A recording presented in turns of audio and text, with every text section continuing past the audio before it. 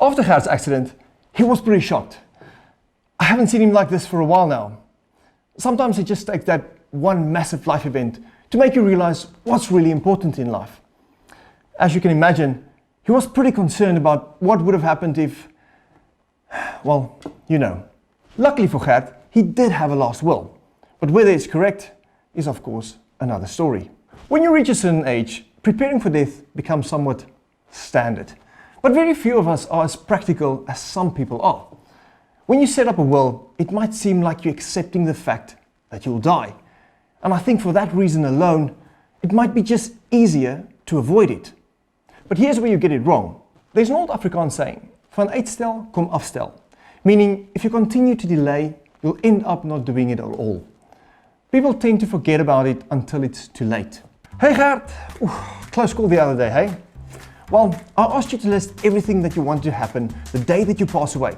So let's just see if it correlates with your current will, and if not, we'll fix it. Okay, so you said you wanted to leave everything to your brother so that he can split it equally between your family. And then what's this section here? You want to leave a portion to George's daughter. Are you guys that close? Anyways, okay Gert, let's take a look at your will. You've asked me this question, whether a handwritten will is fine. And you can rest assured there's nothing wrong with a handwritten will, as long as it's written clearly.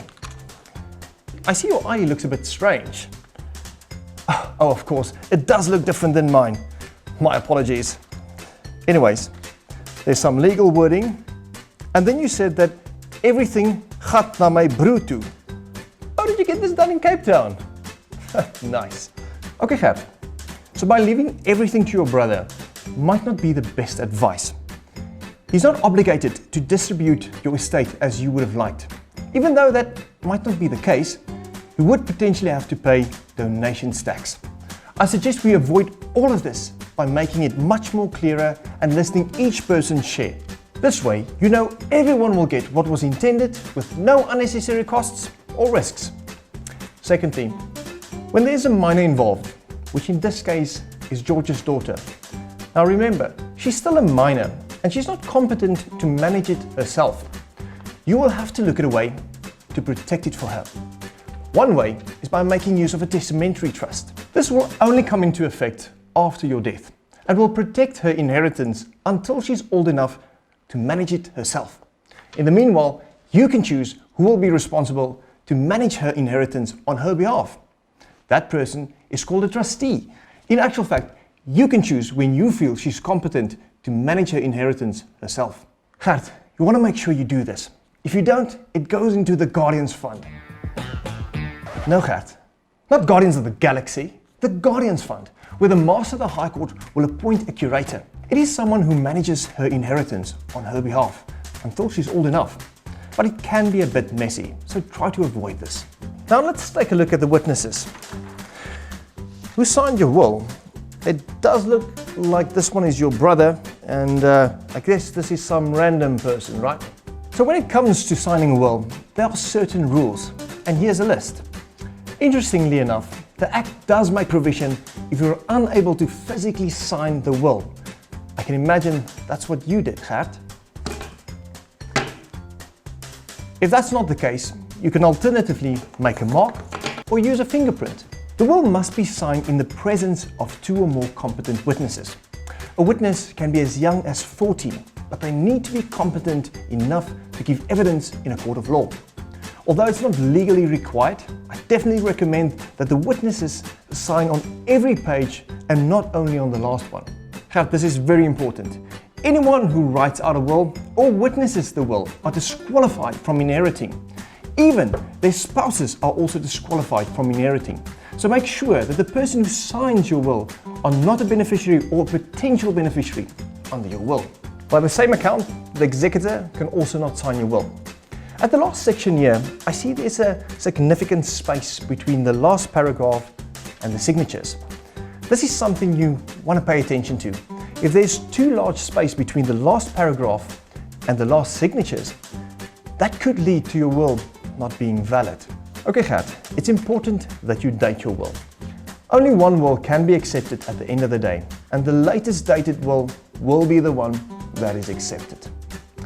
I saw you didn't nominate an executor. If you don't know what an executor is, it is someone that is responsible to finalize your estate. Naturally, it's not free, and you'll be surprised at how much it can cost. When you set up a new will, you can choose who the executor would be and negotiate a better rate beforehand. Just to illustrate how expensive this can actually be, let's take you as an example. You've got a house of 1 million rand, a car of 500,000 rand, and a life insurance policy that pays out to your estate. That doesn't sound too crazy, right? Well, the executive fee on your estate alone is 161,000 rand. That's 161,000 rand less your loved ones could have received. Be careful of all the hidden costs and taxes when you die. You can easily avoid this by doing a proper estate plan. It's maybe something we can look at in the future. Remember to review your will, especially when you go through a major life event. If you go through a divorce, you have 3 months to change your will. After that period, if it's not changed, your previous will still be valid. If you have children, it's even more important to review your will. You need to nominate a guardian in the event of you and your spouse passing away. If you don't, the Master of the High Court will actually appoint someone who they see fit. Now that person might not be the one that you would have liked to raise your children. So make sure someone with the necessary skills and expertise set up your will. Someone like me, your financial planner. Please don't think that the template that you found on Google will be fine. There are strict laws surrounding wills, and you might just end up with a will not being valid. I'll help you make the necessary changes, and then it's one less box for you to tick. I always say you can't prevent what happens next, but you can certainly be prepared for when it does happen. This week's winner is Louis Ferreira. Congratulations, Louis. You just won yourself a lekker pizza. If you want to win the next pizza, check the description for more info. Let me know in the comment section below. What do you think Gert's brother's name is? Until next time, bye-bye. Thank you!